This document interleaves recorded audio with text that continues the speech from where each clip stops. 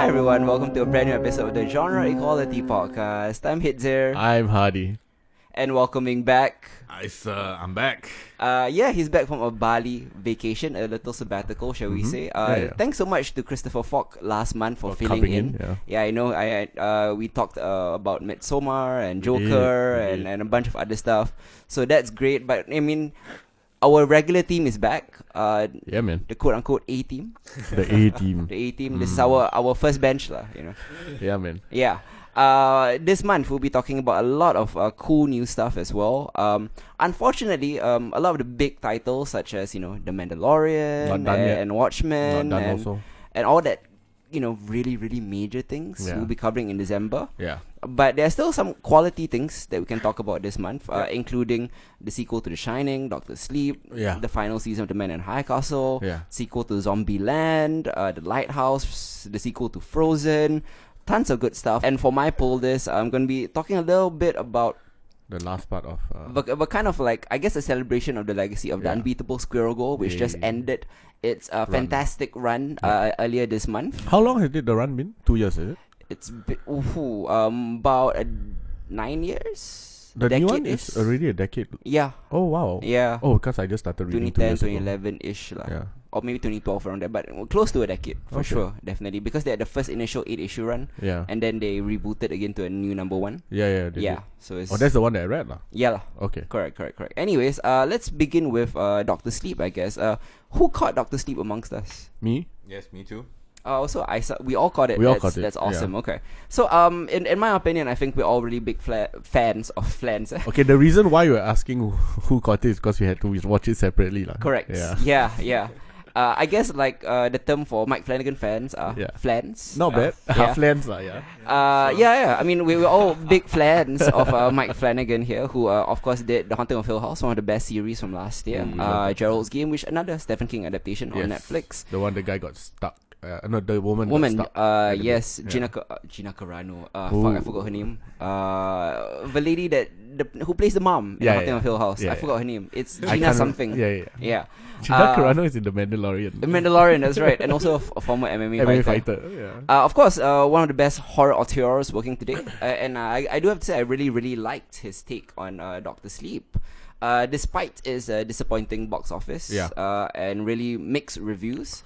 Although it's based on Stephen King's follow-up novel to The Shining, also called Doctor Sleep, Flanagan somehow manages to reconcile both Stephen King and Stanley Kubrick's radically different versions of The Shining. King famously hates Kubrick's film. Yeah, he did. To create a sequel that is worthy of both legacies. So here's the premise. Doctor Sleep is the continuation of Danny Torrance's story. The little boy lah in The Shining. Now adult version played by Ewan McGregor 40 years later. Obi-Wan. Still irrevocably scarred by the trauma he endured as a child at the Overlook Hotel. Correct. Dan Torrance has fought to find some semblance of peace and put to rest his father's demons. Not just the supernatural ones. He's inherited his father's alcoholism as well. But that peace is shattered when he encounters a girl called Abra, a teenager with what can only be described as Omega level shining powers. Pretty much. It's like Xavier level powers. So Dan is compelled to help her against a villain called Rose the Hat and her followers called the True Knots, a group of shining, for better term, vampires who feed off the shine of innocence in their quest for immortality. Therefore, they live long. Yes, and not forever. Live long and eat well. Yes. So I think Mike Flanagan does his best to honor the classic film and King's books in smart ways. So I mean, let's kick it off. Sure. What do you think about it? I mean, it's been a while since I watched The Shining. Yeah. I never read the books, by the way. Okay. So this was totally new for me. I think one of the best descriptions was something that Hitze said over private text, I think, when he called it a superhero movie. It is a superhero movie. For the most part. Yeah. People with powers fighting each other. One good side, one bad side. Exactly. And that was, I thought, the perfect description for it. I love I love Ewan McGregor's acting in this. He's such a good tortured soul. His journey was great too.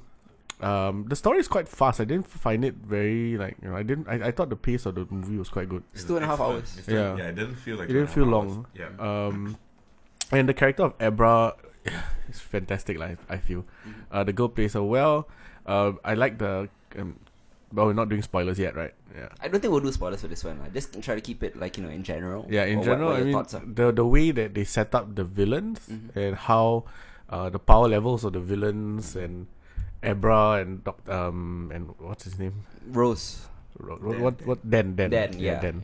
Yeah. Dan is a normal Shining level user. Yeah, normal Shining level user. Is he really? I mean, he learned the trick of, From a young age. I don't From a young think age. I feel like they've established that he could have been Abra level when he was young. Yeah.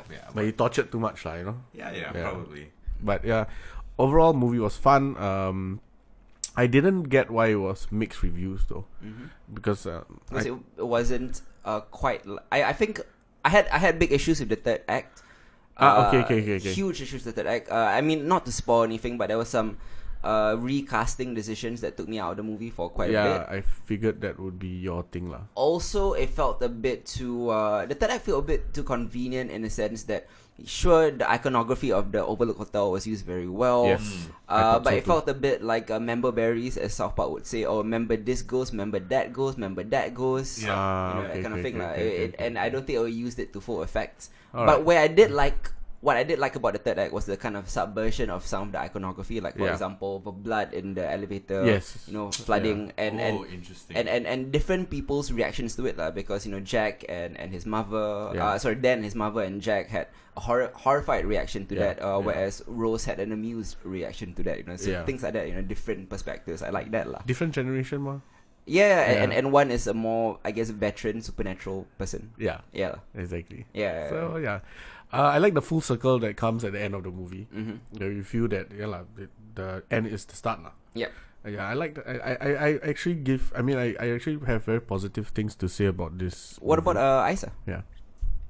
Oh, I think generally for me, like Dr. Sleep, when you first said that it was probably the best superhero movie that we had this year, I had a bit of trouble with that, but I totally understand what you mean. I think as far as the exploration of that idea goes, M. Night needs to take notes as to how like a gritty kind of like superhero genre movie would kind of work. Like there's so many things here that I think Glass would have benefited from. That's something that I also thought. Right, also. like a lot of the time as we were exploring Abra's powers and the whole like psychic battles, like it's something that we've seen over the last couple of years with Glass, with Legion, for example. A creative visual representations of psychic battles. Yeah, and so far this is probably the best executed that I've seen. Yeah, man. Yeah, in recent time at least.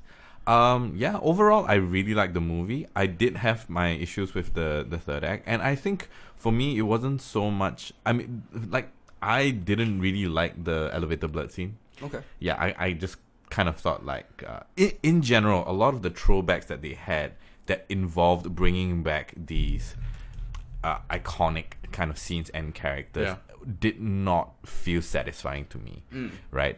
What I found interesting is that as Dan is walking through the Overlook Hotel when he's trying to wake it up, right? Yeah.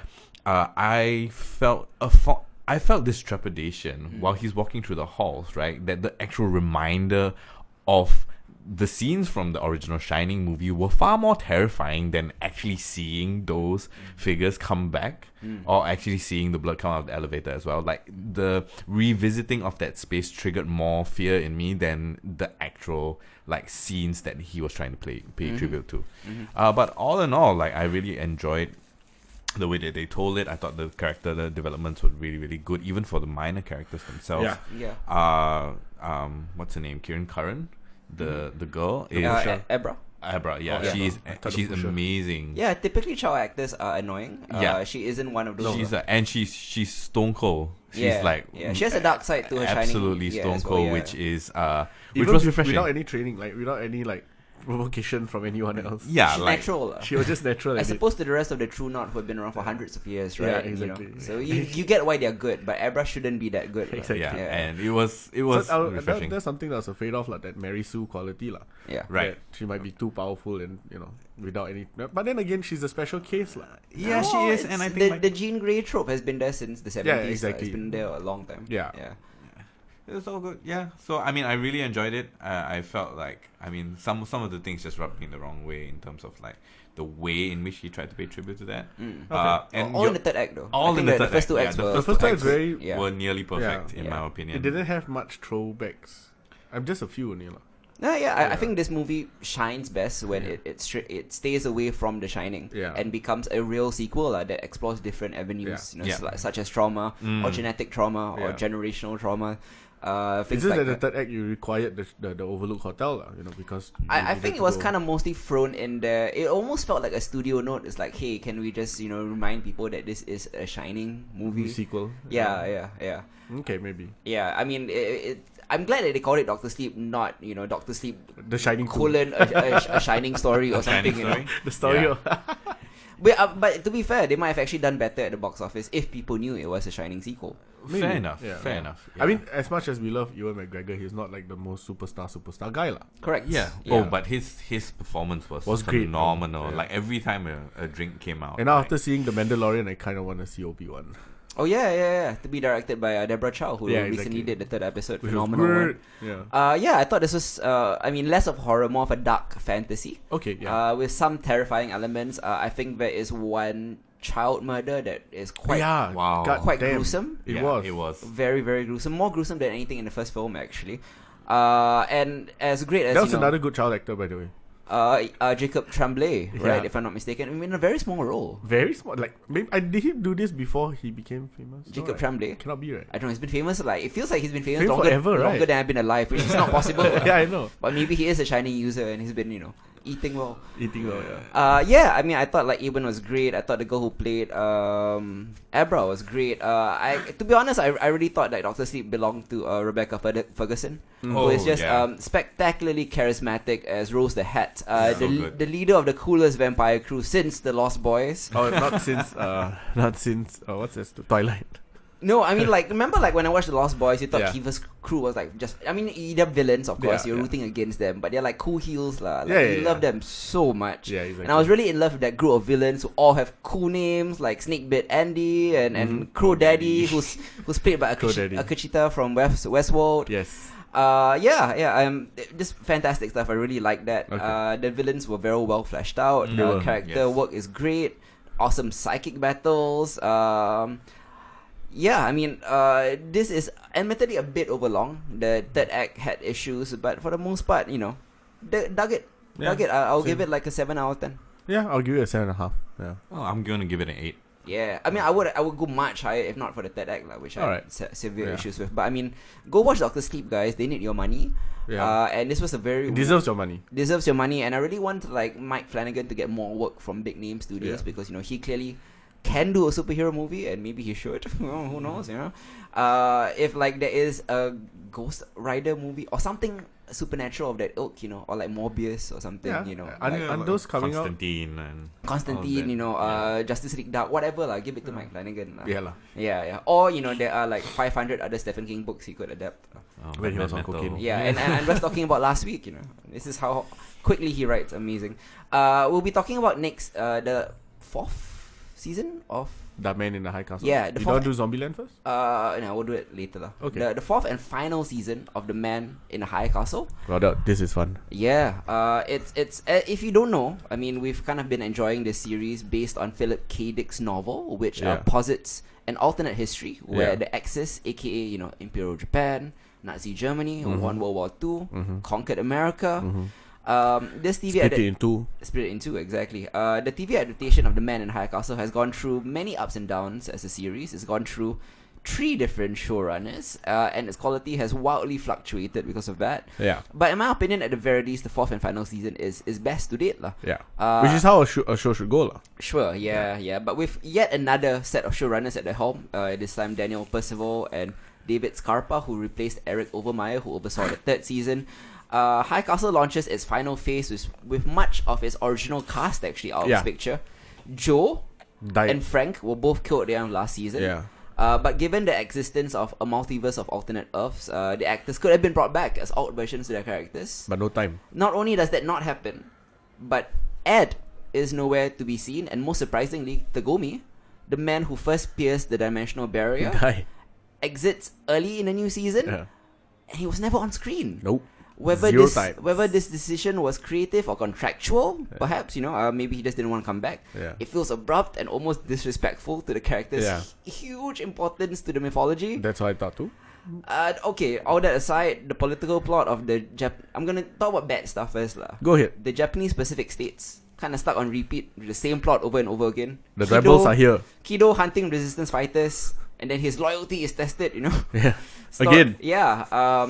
But on the flip side, the story of John Smith and Juliana Crane are the highlight of the show. Yeah. As it's always been. Yeah. And there's a new twist of the resistance in the JPS. The introduction of the Black Communist Rebels provides plenty of action and intrigue and new motivation. Yeah. In particular, unlike the other American resistance groups, BCR got no love for the United States, bro. Ooh, I mean, because what has the United States given them lah? All the good guys want to return things to the way they were. Yeah. But the African Americans are keenly aware that America has treated them no better than the fascists. Exactly. And because this is an interesting point of time, because when our timelines diverged to this, there was no civil rights movement. Yeah. There was no, Martin Luther King Jr., no Malcolm X, no. I mean, last they remember was Jim Crow. Exactly. So therefore, why the hell do they have the loyalty to this country lah? Yeah, I mean, to them, this isn't that particularly bad. Segregation is still around. Yeah. When they were free lah. Yeah. Quote unquote. It's interesting that they do not want to return to the United States. They wanted an independent state of themselves. Yeah. Very, very fascinating. There's a new part that I wish had been explored earlier. Yeah, but instead of the last part. I think it's a new idea by the new showrunners lah. Yeah. And I'm glad they got to do it. Because this is way past the books already. I think right? second season was way past way past the books. Yeah. Because the books ended with her meeting the man in the high castle, right? I mean, the actual man in the high castle barely had anything to do with the season besides be a prisoner. Well, and the propaganda, Yeah. Interesting Twilight Zone spin-off. I loved it. Yeah. Yeah. What do you think about this, like, in general? In general, I just wish it was a bit longer. Mm-hmm. Yeah. I had fun with it. I loved the John Smith story. Mm-hmm. It's a very nice wrap up, I feel, for a character. For John Smith, specifically. From season 1 to season 4. It was brilliantly done throughout all the seasons. I mean, even during the bad, quote unquote, bad seasons, right? I felt John Smith's story was always a bit more compelling. His rise through the the ranks of the Nazis. Almost the protagonist, to be honest. Like, in a way. In a Breaking Bad kind of way. More so than like Juliana Crane. Yeah, who has taken sabbaticals so she's not around. I think Juliana, because she is reactionary and John Smith is proactive in the plot. So I think that's why we kind of feel that he is more of a driver than Juliana. Although Juliana is part of the good guys lah. Yeah, and also like the main protagonist lah. Correct. Yeah. It was great. Kido's character also had a nice little circular moment lah. I felt that Kido's character has like been through this arc like 4 times. Yeah. Like in every season. Like fuck this. So rebels. This is the best version of that arc, but I wish that something new for him. Yeah. I guess his son was new lah. The son part lah. They introduced his son. That was new. I really like though that the final season kind of restores the more philosophical questions that Dick wrestled with to a certain extent. Yeah.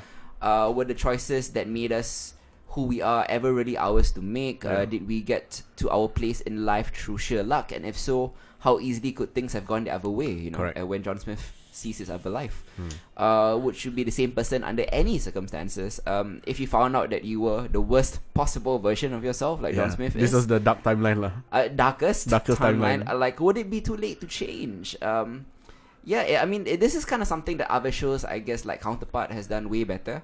But the man in High also does a good job at being the basic bitch version of Counterpart.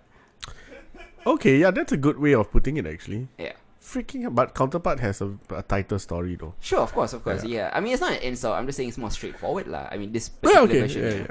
And as the conclusion nears, the characters we've come to know come to terms with who they are and what they've become, each in their own way. Yeah. Without giving anything away, I think it's safe to say that the ending isn't one Philip K. Dick would have written. No. But for the show, the Man at High Castle has become over 4 seasons. Makes sense. It delivers just the right mixture of resolution and lingering mystery. Yeah.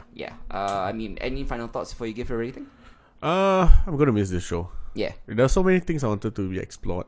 Yeah. Especially like now that Nazis never actually invaded the multiverse despite teasing it for like 3 seasons. yeah, You know? no, they couldn't because I mean, they did like spy missions. yeah. In alternate Where you only universes, had lah. like 6 people going in at one time lah. Yeah. Also, I mean, it's But the tricky. spy mission was cool though. Cool, yeah, But Counterpart has done it better. Of course. But it's tricky because of the rules of this trans-dimensional. Yeah. You cannot go to a place where you already exist. Exactly. You must have died in that universe. Yeah. Then you can go. Yeah. So I mean, how were they ever going to launch a full-scale invasion, right? Yeah. Yeah. Overall, I'll rate it 7 out of 10. Yeah, I'll give it a 7 too. Yeah. Yeah. Okay. Next up, we'll talk about the long-awaited sequel to Zombieland, called Zombieland Double Tap. A decade after Zombieland became a hit film and a cult classic, actually, to be honest. The lead cast, Woody Harrelson, Jesse Eisenberg, Abigail Breslin, and Emma Stone, reunites with director Ruben Fleischer. Yeah. Most famously has done Venom since then. And the original writers are Reese and Paul Wernick, who did Deadpool, so that was a much better one. For Zombieland Double Tap. We're all big fans of the original, so we were, I guess, initially excited for the long-awaited follow-up to one of the best zombie comedies of all time, Shaun of the Dead notwithstanding. Yeah. In the sequel, the comic mayhem that stretches from the White House and through the heartland as the OG4 must face off against many new kinds of zombies that have since evolved from the first movie, as well as some new human survivors. But most of all, I guess they're facing the growing pains of their own makeshift snarky family. So how does it fare for you? Honestly, it was still fun. It still had the same beats of the first movie. Added a few, new characters and all that stuff as a sequel does. I like the addition of Babylon. That was yeah, okay. like that's an interesting concept. I don't know how it works. It's a very tropey thing, lah. But I like how they always make fun of the tropes, lah. Yeah. You had really good the chemistry between like Emma Stone and Jesse Eisenberg is great, especially the addition of Madison. Oh my god, Madison is hilarious. Madison is perhaps one of my favorite characters. I mean, because she plays this bimbo who is super this cliche lah. Yeah, I think that sums up the movie lah. It's a bunch of tropes and cliches lah. But still something that is like fun to watch and nothing wrong with like it didn't hit the highs of the first movie. I felt yeah, it's okay. It didn't hit the highs of the first movie. Yeah. However, I still had a lot of fun in this one. Yeah. What about you guys? I just recently rewatched Zombieland while I was in Bali, actually, just in kind of preparation for that, and it's not bad. I think it's aged pretty well, the first movie. Yes, so I was coming in with pretty high expectations as to what they were trying to do with this, given how when 10 years ago when Zombieland first came out, right, it was kind of, well, not genre defining, right, but an entirely different beat from what we saw with Shaun of the Dead. I mean, it's a meta commentary on zombie movies, lah. Yeah, exactly. And I was hoping, given the one whole decade of zombie stuff that we've been getting since then, that they would further that kind of meta commentary, and they didn't do that. Yeah, but again, all in all, it was fun. I thought like a lot of the gags were great. The whole like Luke Wilson and I don't even know. It just didn't feel as good as the first one. It was not satisfying. Yeah. That's the problem. Yeah, I felt like the stakes weren't as high. I felt like despite the fact that you got a whole new breed of zombie that you should legitimately be terrified of, it never felt terrifying at any one point in time. I mean, they still killed it the same way, lah. Yeah, exactly, right? So there was nothing extra required of that. You got this whole like new thing going on. I mean, like the stakes weren't high, and therefore the payoff didn't feel rewarding as well. Yeah. I thought like Zombieland mostly kind of just the first movie just bigger and louder. Yeah. The gags from the previous films are all bigger. Like Zombie Kill of the Year. Kill of the Week is now Kill of the Year. The 4/4 breaking voiceover is more aggressive now. It also believes that explaining a joke is a necessary part of the joke telling process, which it is not. You can do that once or twice and get away with it. Yeah. And like fast talking barrage or verbiage is not the substitute for wit. Nope. And kind of a lot of the jokes kind of don't land as much with not as much consistency. It's the Deadpool 2 of Zombieland. Where more isn't always more. I mean it's good. It's funny, but it becomes tedious after a while. That being said, the reunion is amusing and it does kind of faithfully capture the brash escapist spirit of the original. Just kind of a case of diminishing returns, I guess. That's the same thing, lah. Not as good as its original, lah. Yeah, I mean, how would you guys? Any final thoughts and how would you guys rate this? I mean, I still had fun watching it. Yeah. Again, like I said, medicine highlight of the movie. Yeah. I'll give it about 6.5. Okay. Yeah. Yeah, it's a 6.5 for me too. All right, it's a 5 for me. Okay. Next up, we'll be going into a quick little segment we like to call Quick Hits, Your favorite. where I talk about some of the films that some of my co-hosts have not seen, or TV shows have not seen, because it is my job to watch films and TV for work. This time, though, I think a couple of you have seen a couple of the titles I'm about to mention, such as Frozen 2. But I would like to kick it off with The Lighthouse, which is Robert Eggers' follow-up to The Witch. From, I'm not sure whether it's 2017 and 2018, but I think it was last year, right? It's all those lah. Yeah. And it's yet another. I called it as the at SGIFF, by the way, Singapore International Film Festival. It will be released wide in Singapore in February, I believe. So do look out for that. But here's an early review for you guys. Sure, man. It's yet another entrancing, very challenging, very artful, old-timey take on psychological horror. First of all, just to say that this aesthetic is the most unique thing I've seen this year. Okay. It's shot in black and white and on 35mm film, which means the picture is square. The presentation itself already takes us back a century. As for the story, where do I begin?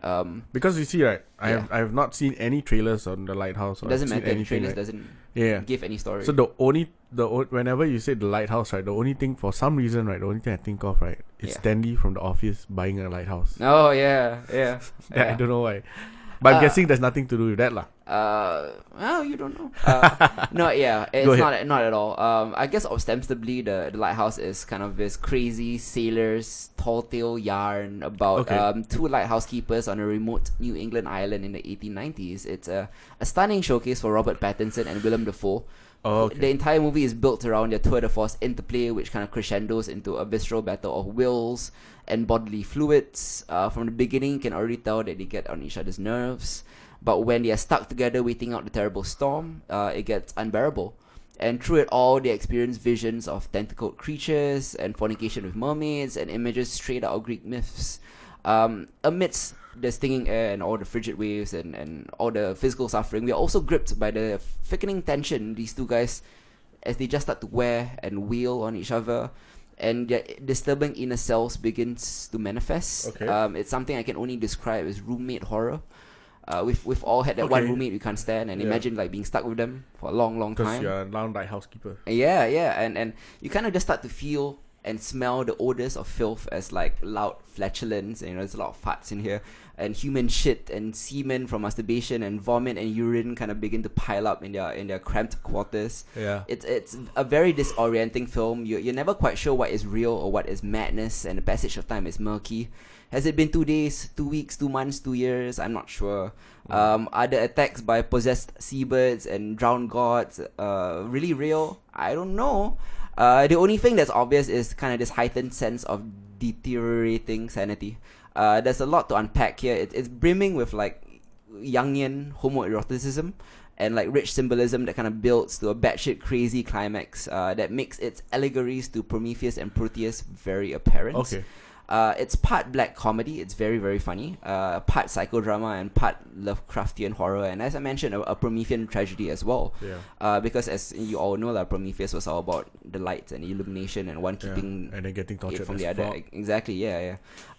This chamber piece about the mania of isolation is kind of the most textually rich and visually striking and brazen piece of cinematic artisanship I've seen this year.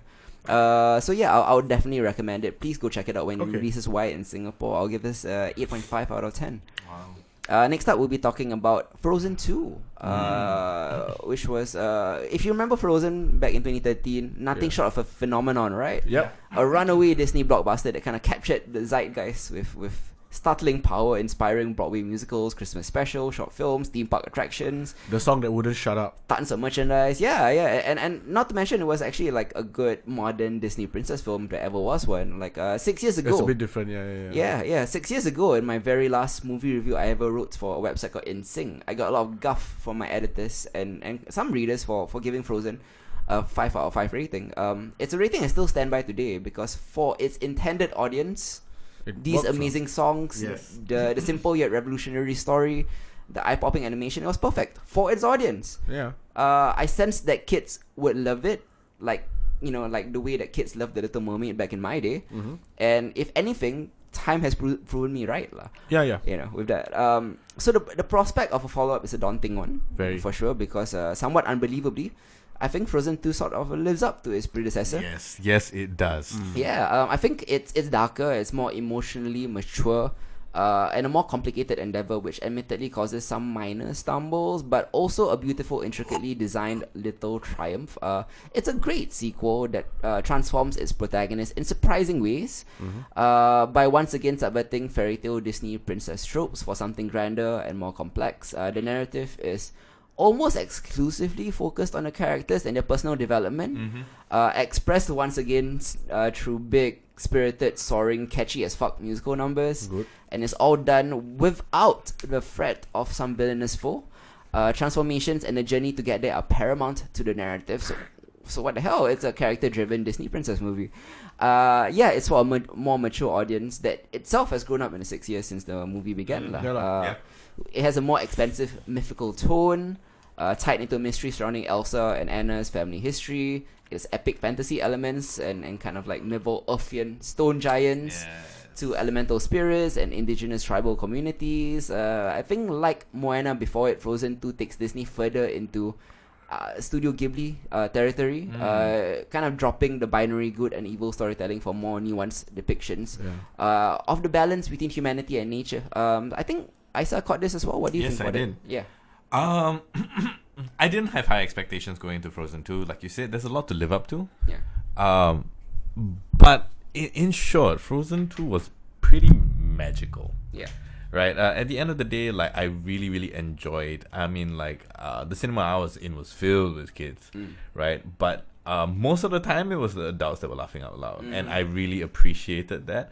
I think like a lot of very nuanced storytelling, a lot of very interesting inclusions of very adult kind of like discussions, right? Yeah. Especially with Anna and Kristoff's kind of like budding love and the manifestation of that and their little quibbles that they have is hilariously funny. I think Olaf and his existential crisis took the cake for me this time around. Like the comic timing in general throughout the movie was spot on. Like it never felt out of place and it never felt forced. And that's very difficult to achieve while trying to at the same time reach your target demographic, while pleasing the parents of your target demographic, right, and giving them enough for that and telling a good story. I do feel this time around that the songs weren't as grand. Still good songs, but it's good songs, and nothing like Let It Go. Like that will catch on to the zeitgeist, right? I think the theme song this time round was interesting and good, but it didn't have that kind of the same kind of simplicity and pop pizzazz that Let It Go had. It's much more mature, and I'm quite like, you would think that a lot of the kids that watched Frozen in the beginning, right, had like not 6 years more, so they'll be in their tweens now, pretty much. But the story here is much more mature than that. So I really enjoyed it overall. Yeah, definitely. I mean, like, no sequel is essential, especially sequels for Disney princesses, since it negates the happily ever after. But Frozen 2 makes the argument that they can still be important because characters mature, and no happy ending stays happy forever because people change. So even if it can't recreate the same magic of the original, it still should be applauded for attempting like new things. I'm giving this a 7.5 out of 10. I'm gonna give it an 8. Nice. Yeah, I think this is like the most highly rated movie of the month, surprisingly. Next up we have Titans, second season. How did this season go? Titans, if you remember, had an embarrassingly bad start. But it ended quite well. No. It in the middle was great and it ended badly. Because it didn't have an ending. It didn't have an ending. Titans has actually kind of found its footing as an entertaining superhero show. Unlike Arrow or Black Lightning or Flash, I don't find myself watching the clock to see how much time is left. Okay. I'm not saying that it's great or perfect or artful. It's none of those things. It's actually quite garbage half the time.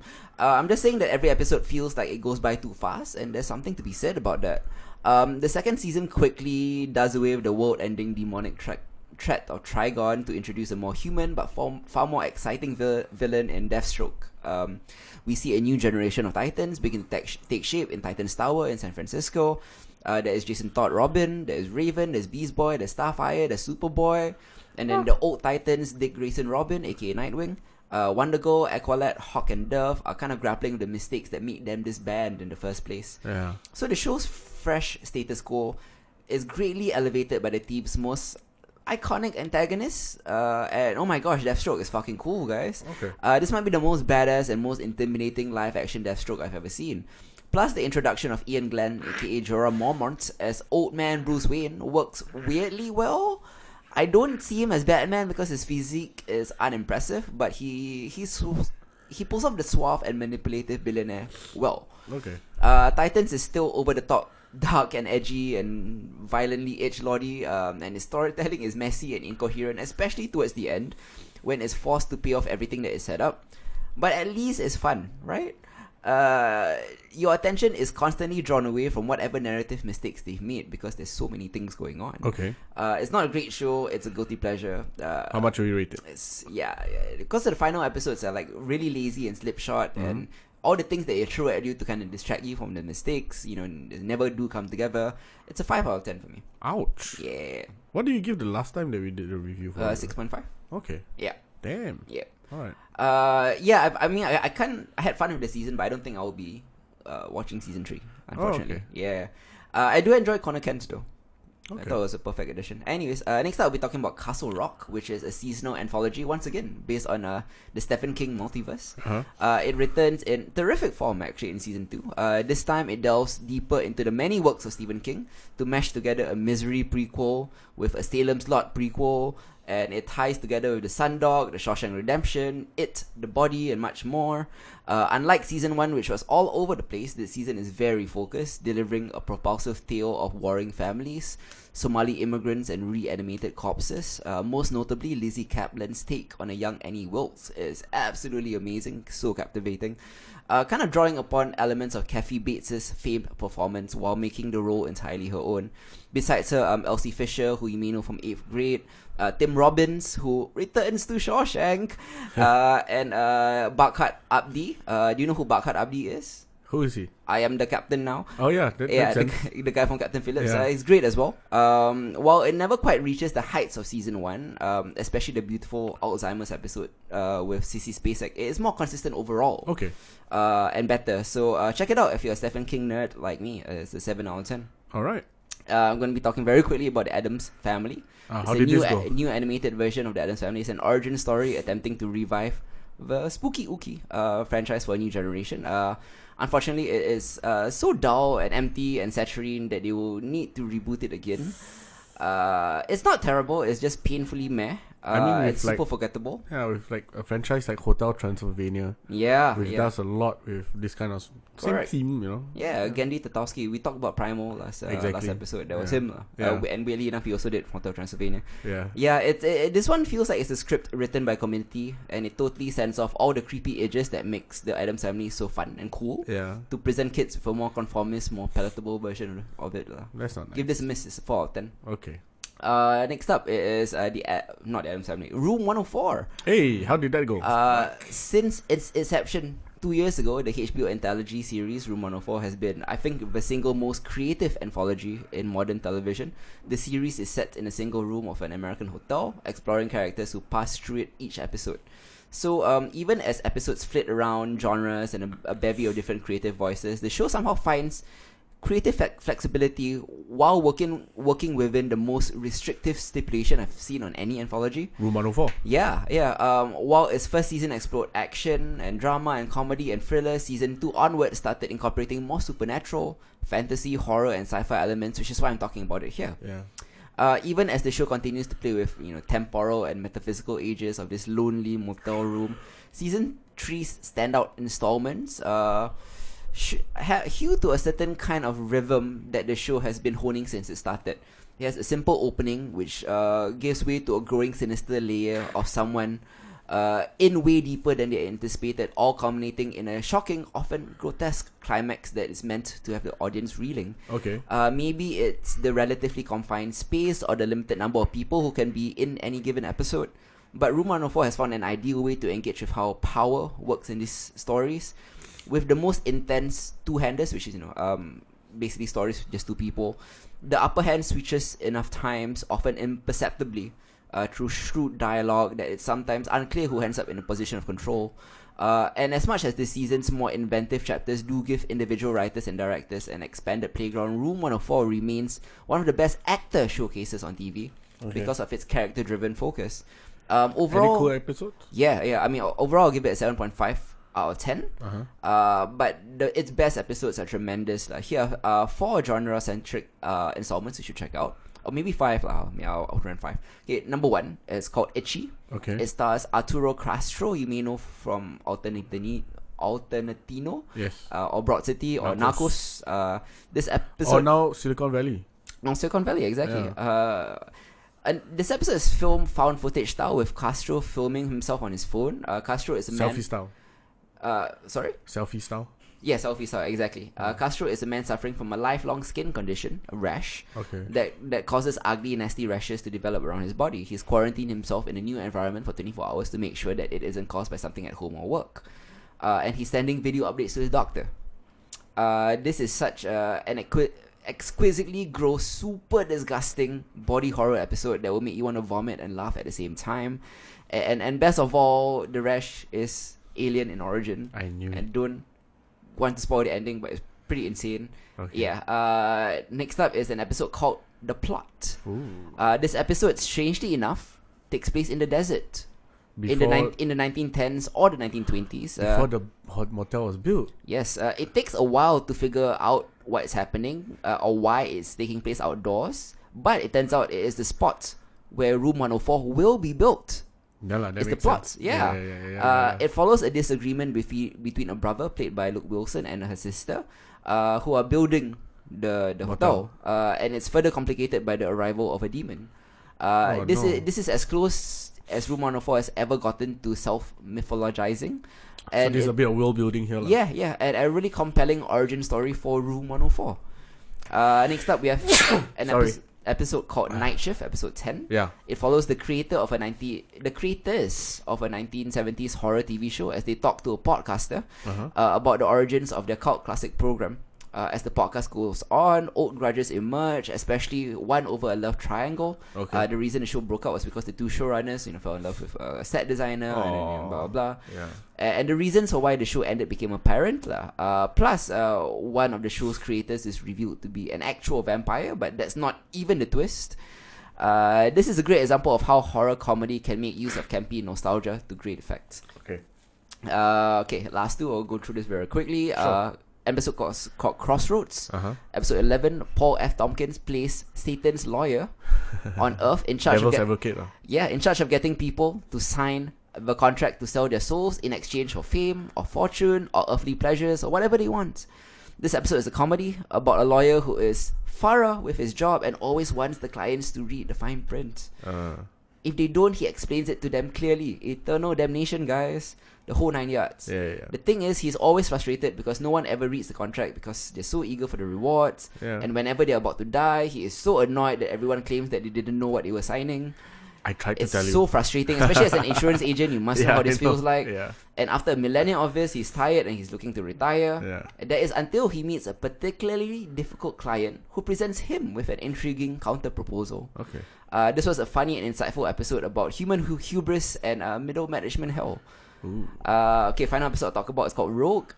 It follows an apocalyptic event where the Earth is dislodged from its rotation around the sun. Oh no! Like that Chinese movie. The Chinese movie. What was it called? Wandering Earth. Wandering Earth. Yeah. So this one follows a traumatized teenage girl and a psychically gifted scavenger who take refuge from the chaos in Room 104. Together they find common ground in their struggle for a future through a prophecy that is fulfilled in a very surprising way. Yep. Less it needed. And that's it for this month's quick hits. And I'll cap it off with the pull list. Where we'll be talking about the Unbeatable Squirrel Girl. I think it's a comic that we've all read before. I think it's this modern incarnation of the Unbeatable Squirrel Girl is one of the greatest, unlikeliest success stories in superhero comics. Kind of turning a joke character into the star of a clever, heartfelt, and incredibly fun young adult series that has become a gateway for readers of all ages. But nothing lasts forever. And after 2 volumes, 58 issues, and 1 original graphic novel, and a 2017 Eisner Award. Yeah. The ongoing adventures of Doreen Green and her squad of computer science undergrads have come to an end this month, sadly. Yeah. Now, keep in mind, this isn't a cancellation. The creative team of the Unbeatable Squirrel Girl, led by writer Ryan North, has decided to wrap up the series after telling the stories it wanted to tell. Yeah. And through it all, it has, the hilarious meta humor, the nutty adventures. This comic has been, it's such a pure, Nutty adventures. pure joy to read, right? Yeah, I mean, whether she's fighting Galactus or applying for new courses in school, Doreen and her friends have such exuberance and optimism. It's almost like the unbreakable Kimmy Schmidt of superheroes. Yeah, that makes sense. I mean, what you guys? I mean, from what I read Yeah. 2 years ago, Yep. this was, I thought, was quite mind blowing and quite an interesting way of presenting a superhero girl. Squirrel Girl's innocence, I would say, yet her naivety always proves to be the better option. You know what I mean?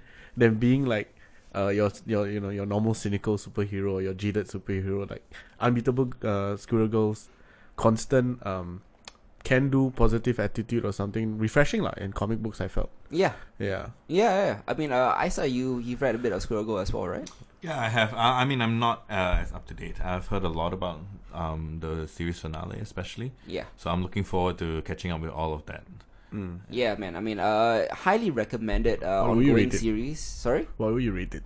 I mean, this is a recommendation, so of Yeah. course, recommended, it's highlight. It's I mean, overall, it's an 8 out of 10 Nice. as a comic book, all through Yeah. 58 issues. Begin with issue 1. There's so much to enjoy. Her fights with Kraven, her fights with Galactus, how she tries to rebuild a library, and then Tipito, her squirrel sidekick, and man, even when the series crosses over with the big Marvel events, it somehow manages to find a way to make it its own. Yeah. So currently, War of the Realms is happening now, the Thor and Asgard thing, and then somehow the Squirrel Girl tie-ins are so Squirrel Girl. It makes sense lah. It makes sense. Squirrel Girl is one of the best things that Marvel has ever done in recent times. I agree. Definitely. And we're gonna cap off this episode with something we like to call 10 for 2010s. Oh, 10 to 2010s? This is actually our last episode of the decade, guys. It is. Yeah, because the next time we record, it'll be You'll be released only released in on January. January 1st. So the decade has ended. So now that the 2010s have ended, I've decided to propose to my co-host to name the 10 best movies, TV shows, or bits of literature that you've read over the last 10 years. Okay. So keep in mind, no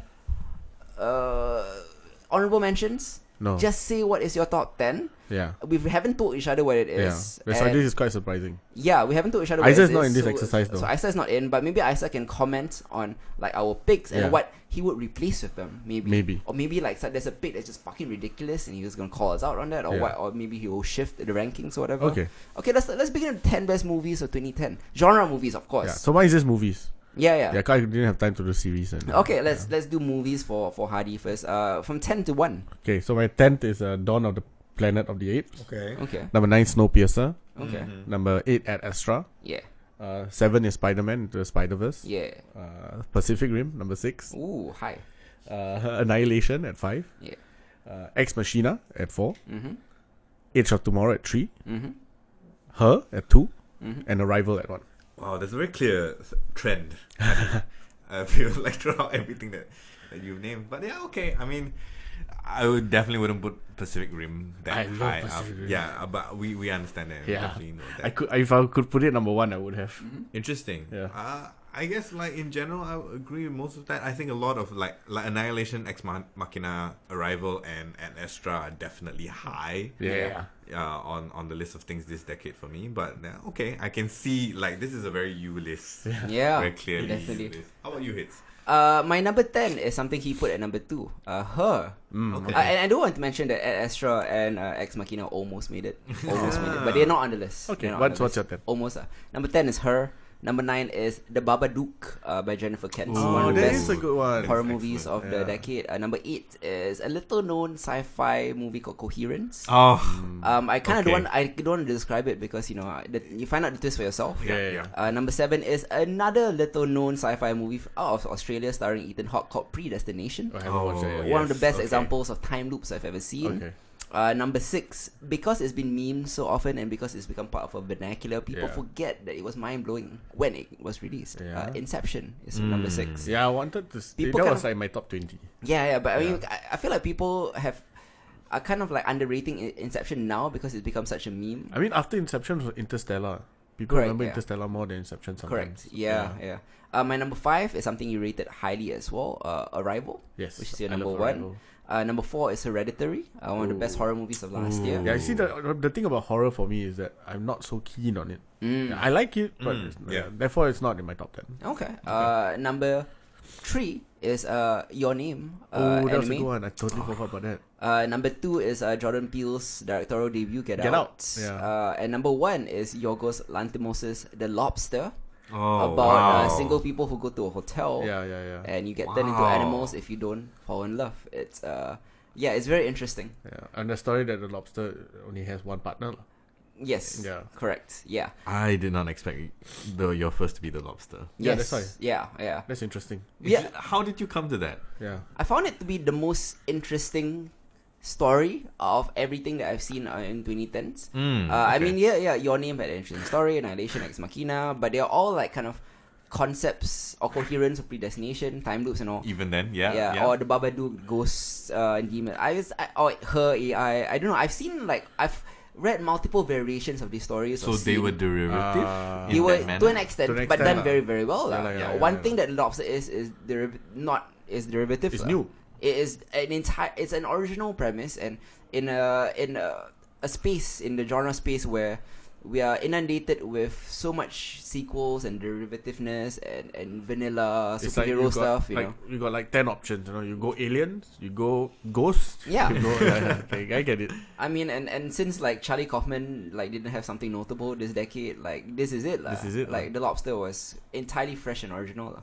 So I pride kind of like freshness more than originality more than everything else. How about your TV list? TV list, a lot of TV I watched. Yeah. But but we're just talking genre TV, right? Correct, genre TV. Number 10 is something that when it first debuted, I never thought it would ever be on my list. Okay. It's a grower, not a shower. What it's is it? Legends of Tomorrow. That's such a good number 10. Yep. Yeah. Similarly, number 9 also a grower, not a shower. The Magicians. Has recently become one of my favorites. Number 8 is I think everyone would agree that this is a great sci-fi show. The Expanse. Oh, excellent! Yes. I can't wait for the final season. Can't wait for the final season. We should be talking about next month actually. It's the final, right? Final. No. It's the No, fourth. it's not. No. It's the It hasn't fourth. been it has been renewed for the 5th. It's not final season. Oh, Yeah, damn! yeah. Okay, that makes me happier. But new owners. Yeah. Amazon money. Speaking of the final season, next year final season of Agents of S.H.I.E.L.D. coming in at my number 7. Makes sense. Another grower, not a shower. Yeah. A weird first season. Weird first season. half of a season. Half of and then Winter we had to Soldier. tie in with Civil War and all that. Winter Soldier. Winter Soldier, sorry. Yeah. But once Hail Hydra happened, woof, the Things show changed. the show took off. Yeah. Number 6 is Steven Universe. Makes One of my sense. favorite cartoons Makes of sense. all time. Makes sense. Okay. Number 5, this one is undeniable, Rick and Morty. Yeah. Anyone that does a top 10 if Rick and Morty is not in your top 10, I kind of question you. Yeah. It's one of the most fantastic. Don't just do it to be contrarian, Like, Rick and Morty is legitimately one of the best, exactly. right? Yeah. Number 4, The Good Place. One of the best That's true. comedies of and there aren't many comedies that are genre. To be honest. Yeah. Yeah. That's true. That was number 4, right? Yeah, number 3? Number 3 is The Leftovers. Yes. Okay. One Justin of Theroux. the best Damon True. Lindelof shows Fuck, what's his ever name? made. Justin Theroux. Theroux. Okay, thank you. Not Trudeau. That is Trudeau. the Prime That's Minister of the Prime Canada. Minister of Canada. Yeah, The Leftovers is set in a post-rapture world, and the seasons 2 and 3 were just some of the most creative things I haven't seen on TV. Okay. Number 2, The Wire. gonna be very controversial. Yeah. Because it's new. Okay, let's see what it is. It's Watchmen. I knew Yeah. it. Which But is, I mean that it has been just growing from strength to strength. you haven't even seen episode 5 and 6. No, 5 I just did just now. Oh, Yeah. and you haven't seen 6, right? 6 I haven't. Okay. I only the first 10 minutes, and I'm really Yeah. So trying this to do is, this podcast. this is a new show, and it hasn't even ended yet. And it's already my number 2. You don't know whether how season 2, 3, 4, 5 might be. It's a 1-season show. Damon Lindelof has they're not gonna... 9 episodes, and it's done. So it does have a definite ending, and everything will be wrapped up. Okay. Yeah, and if there is a season 2, he will hand it off to another showrunner. That's what he said, this is his season, Okay. And based on the strength of just 6 episodes, it's number 2. I mean, if the next 3 episodes shit. shit, it might go, or if it gets better, which I can't imagine, but it keeps getting better. It does, yeah. Then it might even be number 1. Okay. But yeah, for now it's number 2, Watchmen. New, fresh, a bit of recency bias, but I don't know. Yeah, maybe. Number 1, Game of BoJack. Game of BoJack Horseman. Yeah, BoJack. BoJack Horseman. Yeah. Fuck Game of Thrones. Yeah. BoJack Horseman itself hasn't ended yet. Yeah, So you know what? Of the entire list, number 1 was the only one that I figured was going to be BoJack. Yeah. Because we raved, it's the perfect scoring series that we have. 3 seasons in a row, man. Yeah, 3 seasons. Yeah, 4 seasons where... Definitely. BoJack is the most consistently perfect show. Yeah. Not consistently good or great, like consistently perfect show that there is lah. So hard to not make it number 1. Yeah. And strangely enough, Damon Lindelof has like 2 entries in my top 3. Yeah. You're a fan. I'm a fan. I mean, Lost would never make it in the top 10 of like the 2000s lah. But Lost at its height was just as good as The Leftovers or Watchmen. It just never consistently remain at the height. It's a network show lah. There's things that you can't do lah. 24 episodes a season, exactly. plot, yeah. And then they never told him when he could hand it. Very different. Yeah, it's very different. Okay, so quickly, top 10 for books. Oh yeah, this one. I don't read much, so what? Tell me. First one is number 10, Black Leopard, Red Wolf by Marlon James. Kind of you raved about this before. Raved about this. Yeah. It's an African fantasy. Yeah. Kind of based on little known African folklore. Yeah. Very well done. Very well done. What else? Number 9 is a comic series called Hawkeye by Matt Fraction and David Aja. The most definitive and iconic take on the character this decade. Sorry, Jeremy Renner. Over the course of 22 issues, it turned Clint Barton into an everyman and explored what he does when he's not being an Avenger, and it's such a great and often creative comic book series, because there's an entire issue from the perspective of a dog. There is an entire issue with just American Sign Language, and just complex constructed stories. Amazing. I really love Hawkeye. What else? Next up at number 9. Number 8 is a novel called The Three Body Problem. It is actually a hard sci-fi novel by Chinese writer Liu Shizin. Okay. But seeing as I can't read Mandarin, I'm also crediting Ken Liu himself. Translation. Of course, he did translation himself, an award-winning sci-fi author. I mean, it was originally, as I mentioned, a Chinese thing. But in 2015, the English version became available. It also won a bunch of Hugo and Nebula awards. Nice. It's set against the backdrop of China's Cultural Revolution, and then there's an alien invasion, and a Ready Player One-esque AI system or a VR system, so it has a lot of like sci-fi concepts, but it's just so amazing. Okay. Yeah. The Three Body Problem. Do definitely buy that book if you haven't read it. What else you have? Next up is Miss Marvel by G. Willow Wilson. Is the first Muslim character to ever headline their own solo Marvel title. Well, Miss Marvel has been great. Correct, yeah. And Kamala has already created her own legend. She's an icon for Muslims and Pakistani Americans and girls. And girls. They're so often denied in pop culture and superhero representation. It's the 21st century Peter Parker. Yeah. Next up, Monstrous by Marjorie Liu and Sana Takeda. You also have raved about this. Correct, yeah. I mean, it's kind of this fusion of Miyazaki, Lovecraft, steampunk, and manga into like this beautiful fantasy story and harrowing fantasy story about war, hunger, and slavery in matriarchal Asia. Okay. Gorgeous comic book, and specifically like Takeda's manga-inspired style is amazing, and Marjorie Liu's world building is one of the most rich and detailed fantasy worlds on my list. Okay. Next up at I think number 5 is The Art of Charlie Chan Hock Chai by our boy Sunny Liu. Suck it NAC. It's an alternate history biography showcasing the life and work of Chan Hock Chai, a pioneering but forgotten comic artist in Singapore, of course fictional. This is an amazing multi-layered meta-textual work of genius, a tour de force masterpiece, and I think the singular greatest work of art Singapore has ever produced is Charlie Chan Hock Chai by Sunny Liu. Number 4 is a comic called Day Tripper by Fabio Moon and Gabriel Barr. Basically, it stars this guy called Bras de Oliver Domingos, who dies over and over again in a mini-series where each issue shows the main character's final day at a different point of his life. Okay. So that's right, each issue tells the story of one moment in the life of the main character. But every chapter also it ends in his death, but the subsequent issue retains every plot detail except for the death. So it just keeps continuing. So here is what it looks like to treasure every moment as if it might be your last, and living so that you're content when your final day comes. This was one of comic books' greatest tearjerkers, kind of meditating on the nature of life and death in self-contained chapters that exist in different emotional landscapes depending on where they fall. If you die at a certain time, it's a different emotional context. If you die at another time, it's a different emotional context. Exactly. Number 4 is the 5th season by N.K. Jemisin, the first installment of her Hugo Awards hat trick. The 5th season, part of a trilogy, follows 3 origins, people with the power to control seismic activity as they struggle to survive in a society that wants to enslave and kill them. The 5th season it asks us to imagine a dismantling of Earth in both the literal and metaphorical sense, and suggests a possibility of a richer and more fundamental escape. The end of the world becomes a triumph when the world is monstrous. So this is a great book. I would encourage you to read all 3 of the Broken Earth trilogy. N.K. Jemisin, one of the best fantasy writers of our time. Nice. Number 2 is Mr. Miracle by one of the greatest comic book writers of our time, Tom King. Okay.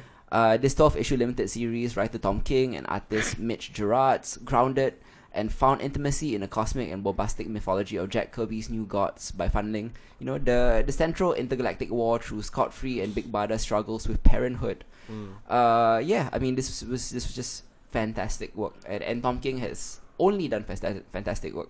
I wanted to include more Tom King stuff in here. It's just that I didn't want it to be like the 10, Tom King list. The 10 best Tom King books of 2010. So, that's another list. There's another list, What else you have? Number 1 though, speaking of writers who could have multiple entries here, is Brian K. Vaughan and Fiona Staples' Saga. I think I don't need to say anything about Saga. Everybody loves Saga. The greatest space opera since Star Wars. I don't think that's debatable. It's just a fantastic work of literature. 54 issues down, 54 more to go, and I'm convinced that the next 54 issues will end up being number 1 in my 2020 list as well. Yeah. So if this podcast, if you're listening to us in 2029, listen back to here. I called it. You called it? Saga will be number 1 again. All right. Yeah. Good. That's it for our 10 for 10s. And I mean, was there anything I missed out, Isa, that you would, or me and Hadi missed out that you would have included? Oh no, I mean it's pretty comprehensive, man. As far as I go, I think largely I would agree with almost all of your choices for the for the TV series, and most of your choices on the movies as well. As for the books, I mean Saga definitely one of the top, and there are a couple of them that I'm still on the way to kind of finishing. So we'll see whether or not I'll make up my mind about those in the weeks to come. Nice. This is a nice, compact, short 1 hour episode, but strap in, guys, because that's not what our next episode will be. Our next episode is can be a multi-episode. It could be multi-episode. I feel like we should be doing 24.5 and then 25. Yeah, man. The 24.5 obviously being a 3-hour Watchmen episode. Where Jesus, I can't wait to talk about it. Next month we'll be talking about Star Wars: Rise of the Skywalker. Pretty much. Can't wait to talk about it too. The biggest thing of the year. The Mandalorian, which is great. Another Star Wars amazing property, which is probably, let's be honest, gonna be better than Star Wars 9. Star Wars has been on a roll. The Mandalorian has been great. Fallen Jedi is not a bad game. Yeah. And now we have Rise of Skywalker to look forward to. Hopefully it stays Hopefully the Then we'll also probably be talking at length about the Watchmen. Yes. Damon Lindelof's revolutionary radical take on Alan Moore's source material. That's gonna be a third of the episode. The Expanse returns. Can't wait for that. His Dark Materials actually I think is kind of killing it as well. It's not bad, low key. I like The Witcher is coming up next month. Also, looks promising. Oh boy, the 5-part Crisis on Infinite Earths is happening, starring every DC character that's ever been on TV. The CW lah. No, Smallville and Huntress and Lewis and Clark. I haven't watched it. The 1994 show. I haven't watched it since 1995 or something. So every so wait, Terry Hatcher coming back? I mean, she was in Supergirl. Yeah. But okay, never mind. But bits of that canon, I don't know how long they'll be sticking in that universe. Yeah, that's right. And then there's a Smallville universe, there's a Huntress universe, there's a Constantine. Oh, yeah, I forgot about Constantine. And so many other. There's Kingdom Come that they're introducing. Forgot about that too. Brandon Routh, right? Kevin Conroy is playing Old Man Batman from Batman Beyond universe. Makes sense.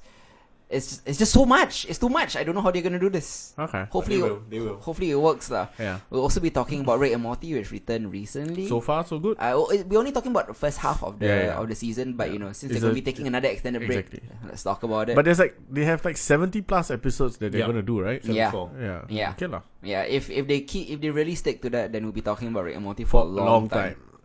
Yeah. And then in quick hits, I'll be talking about a new Senegalese ghost story called Atlantics. Cool. An animated French movie called I Lost My Body about a severed hand trying to find its owner. Cool. The last season of Runaways, sadly. Okay. And two bizarrely mediocre Apple TV shows called C and For All Mankind. C is the one with Jason Momoa, right? Yeah, about a world where Everybody's people have blind. lost sight, and then his children got sight, and then they will upend society. Okay lah. It's weird lah. Okay, we'll talk about that. It has like the grittiness of like Mad Max, but it's treated like Xena. what? Okay. Okay, now definitely we're gonna Like watch that. storytelling wise, Yeah, it's yeah. like it's campy, and then there's I don't know what it is. It's so Okay. bizarre. Okay. And then For All Mankind is Ronald D. Moore, the creator of Battlestar Galactica, Yeah. Deep Space Nine, Yeah, and yeah. Outlander has an alternate history show about the space race where the Russians beat American To the moon.